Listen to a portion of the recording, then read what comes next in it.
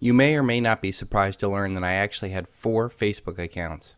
The main one was for my wife so that she could have a husband in the Facebook world. The other 3 were accounts that I had set up for Don't Tread on Me and the Sons of Liberty Academy. I never really used them, but they were there. The only high point I ever had of the whole experience was my first birthday with Facebook, when I received over 100 happy birthdays from people all over the world.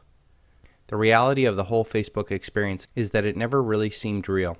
Despite how many friends you have on Facebook, the fact is we are very lucky to have a handful of real friends in our lives. Having more superficial electronic contact with others does not improve our lives. If anything, it detracts from it, as life becomes less human. LOL pales in comparison to the real laugh out loud of sharing an experience with a friend. The more LOLs we share, the less it means. Sooner or later, everything is just an electronic dance of acronyms trying to fulfill some missing part of your soul. When consumerism was first sold to the world, it was designed to get us to buy stuff we don't need in an effort to feel better than others. Soon, everyone determined their worth not by the strength of our relationships, but by what we were able to consume. You give up relationships to work more, to have a better life. The more we worked, the more we bought. The further in debt we went.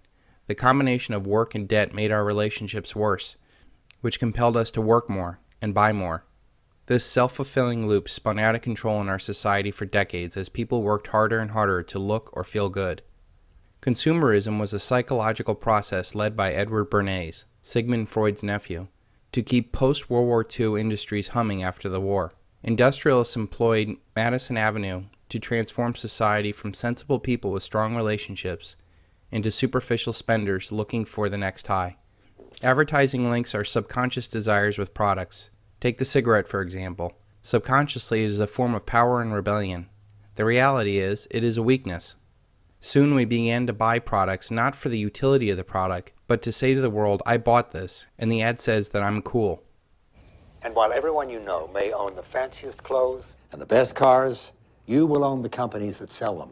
if you want to know what heaven really is, Murray, Try being God. The bankers that backed all this up needed this spending to create more debt in order for their Keynesian Ponzi scheme not to collapse. This plan worked well for many decades, but as the boomers age, the party is over for consumerism and the check is due. What is the next thing if people are broke? How could they keep the masses from waking up to the wasted lives they had led chasing after nothing? The answer is, let them amuse themselves to death. Facebook is the ultimate expression of narcissism. Where else can you go and expose everything about yourself like a prancing peacock? I mean, you get your 15 minutes of fame every minute. Facebook is, when you boil it down, one big look at me fest. Look at my pictures, look at my car, look at where I am, look at my wife, look at my life. The ultimate irony in the social network is that nobody really cares because it's not about them. Oh sure, they'll say nice things, but deep down they don't care at all. The narcissism is so rampant in our society that people would step over a real relationship to update their status. The answer to the question, what's on my mind, is usually nothing at all. Facebook is also full of shameless promotion. The stuff that isn't vapid on Facebook is probably promotional. Corporations, promoters, stars, small businessmen are either promoting their services or networking to get ahead. There are whole marketing courses about social media managers. The sad thing is that the comments and tweets are not even done by the people you are following. They have social media managers for that. They probably have lives and don't waste their time playing with Facebook. Do you see the irony in that? You friend or follow somebody because they're doing something interesting with their lives, and they don't waste precious time doing stupid stuff like spending hours on Facebook. Corporation and marketers tell us, hey, it's cool to connect. But behind the scenes, they're only interested in the conversion and monetization of traffic. And listen carefully. The low self-esteem success chance is the conclusion that you want your prospect to have, which says, well, these guys are smart and I'm retarded. Actually, that's not the exact one, but let's say they have that conclusion A. These guys are smart, I'm retarded, I can't do it. But if I could just do 1/10 as much as they do, then this would definitely be worth it. Right? You ever had that rationalization in your mind? Like, well, I'm over here telling you about doing $10 million and whatever a day, 360 grand in 9 minutes and all that kind of stuff. I mean, you ever think to yourself, well, Jesus, if I could just do like a little bit of that, I would be stoked. Not to say you guys all have low self-esteem, although every single person in the world does. which you should be happy about because you can prey on it like an evil. Never mind. Anyway, so that's what you want, right? You can prey on it like an evil. You can prey on it like an evil. You can prey on it like an evil. The predator mentality of marketing and how it corrupts our relationships is why Bill Hicks says to marketers, kill yourself. By the way, if anyone here is in advertising or marketing, kill yourself. Thank you. Thank you. Thanks. Just a little thought. I'm just trying to plant seeds. There's no rationalization for what you do, and you are Satan's little helpers. Okay? Kill yourself. Seriously. You're the ruiner of all things good. Most men live lives of quiet desperation and go to their grave with their song still in them. Henry David Thoreau. Facebook is also voyeuristic. Everybody wants to see if so-and-so got fat or what their kids look like. This allows you to look into people's lives, but it never really tells the story of their lives. Behind all the smiles lies a quiet sense of desperation. It may be money issues or relationships or disease or work issues. We all have it. We all have a deeper life that we would share with real friends, but not with your Facebook friends. If you cannot be open with a person, why even let them in your life? Why would you let them look in? We are way too polite as we give up that part of us to people who don't even really care about us. We must keep the sacred from the profane. Since we put ourselves into this petri dish of social voyeurism, we force ourselves to put on a mask. We intentionally mask what we really feel for many reasons. We may not want to upset someone, or we may want to impress somebody. The problem comes when we wear a mask so much that we lose who we really are. This may stifle some desire to do something, or to be who you really want to be. Since we wear this mask, people who we do let into our lives only know the mask. Then you become too afraid to be who you really are, for fear of scaring them off. This ultimately leads to unfulfilling relationships or worse. Now before you Facebook people get all upset, Facebook does have some good qualities. Yes, it is cool to connect with old friends and share pictures. Your Facebook life is reflective of your real life. Most of the people that are on Facebook have a life, and it doesn't consume them. Facebook is not the cause of these problems any more than pencils misspell words. Facebook is just an easy outlet for millions trying to find meaning or connection in their lives. The problem is, this kind of connection is superficial and unfulfilling.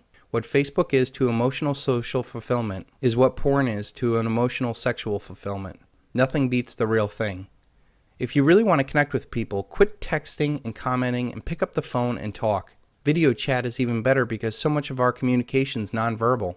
We can judge a person's emotions within seconds of seeing them. So much of our communication is lost through this electronic filter. The best way to communicate, of course, is face-to-face. The best conversations I've ever had in my life occurred when I got together to have a drink and just talk. These connections energize us because it is what we are meant to be doing. We are visual, emotional, and spiritual beings wanting to connect on a deeper level with meaning and purpose. If your life does not have meaning or purpose, look at the friends you keep.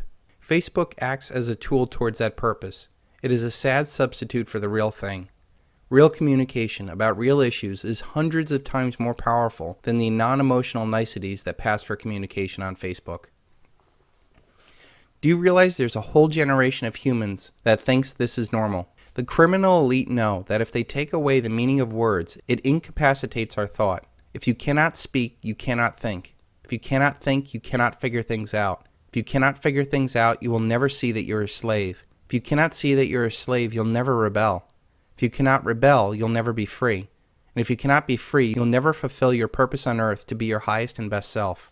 Until they become conscious, they will never rebel. And until after they have rebelled, they cannot become conscious. George Orwell. How long will it take for a computer algorithm to become your friend? Don't laugh. People think that Bitcoin is real money. Look at your Facebook contacts and tell me that the majority of the connections could not be programmed. Subject A is sad. An algorithm spits out, cheer up, it'll be okay. Or tell me about it. Or I'm here for you. Or I love you.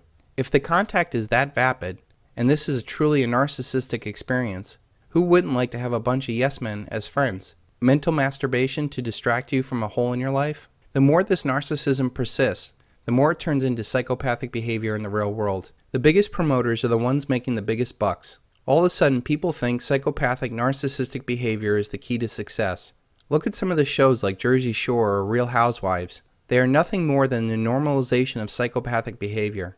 People figure it's going on all around them and they think that it's the way it's supposed to be. Well, it's not. and we must keep this out of our lives. We have seen many people mistaken the attention and kind words from friends online and throw that against the people in your real life. Your wife isn't doing it for you? Well, you have girls online that think that you're the best thing since sliced bread. Your husband moody? Well, your ex-boyfriend recently divorced and is so supportive. These serve as temptations that we just don't need in our already stressful lives. This bleed into the real life is where the electronic experience gets dangerous. How many times have you been in the room with someone and they're checking their email while they're talking to you? The constant rush of connection has become all too prevalent in our lives. I fear if things don't change soon, we'll become isolated little bits of nothing. First, we became disconnected from nature and never really saw the amazing sight our world has to offer. We hardly look at the stars anymore and see how small we really are. Then the family got ripped apart when the father left home for a job to provide for his family. Then the wife had to enter the workforce to keep up with inflation and the Joneses. Now children are even separated from their friends from this electronic void of never knowing what a true friend is. What chance will they have in life? What kind of future are we building? Instead of seeing how small we are in the real world, we are pushed to us being the center of a narcissistic virtual world. Then there is the burnout experience from all this constant back and forth. Responding to people's comments, likes, and dislikes is tiring. Then you have to think, did I say this right? How will they take this? I can imagine at some point this becomes real work to balance all these quote-unquote friends. Everyone is always looking over your shoulder and all in your business. If anything, wouldn't it get boring? Don't we have anything better to do?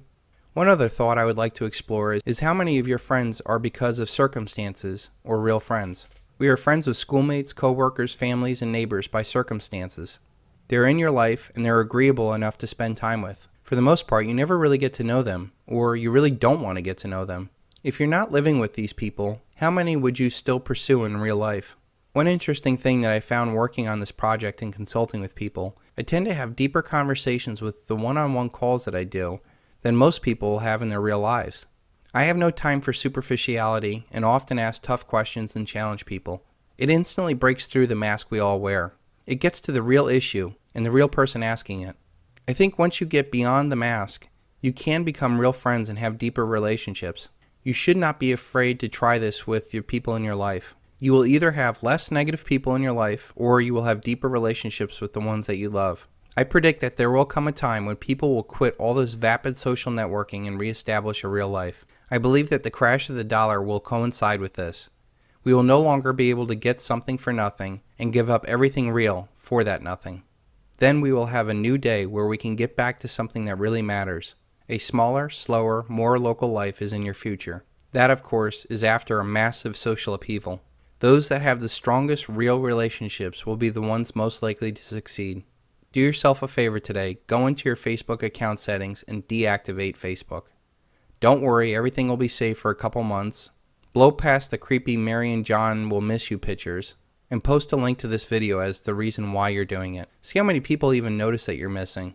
See if someone will try to actually find you in the real world and contact you. If they do, they're probably a real friend and someone you should really get to know better.